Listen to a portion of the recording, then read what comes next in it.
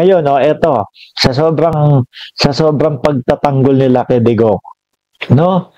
Yung pagka ho nakakatapos ng isang proyekto, naku, tatak Duterte yan. Pag nakakaano po, naku, gawa ni Pangulong Duterte yan. No? Talagang credit na credit to. Pero pag bumabagsak naman ho, wala. Pag gumuguho ho, wala. Tahimik ho sila. Kagaya ni Mark Villar. Nung mga ilang buwan ho, may bumagsak na tulay.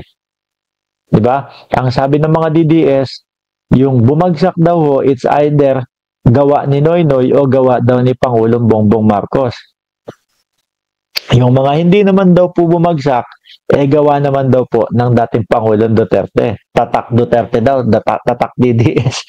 Ngayon, ito mga kababayan, build ni Duterte, tahimik lang si Mark Villar.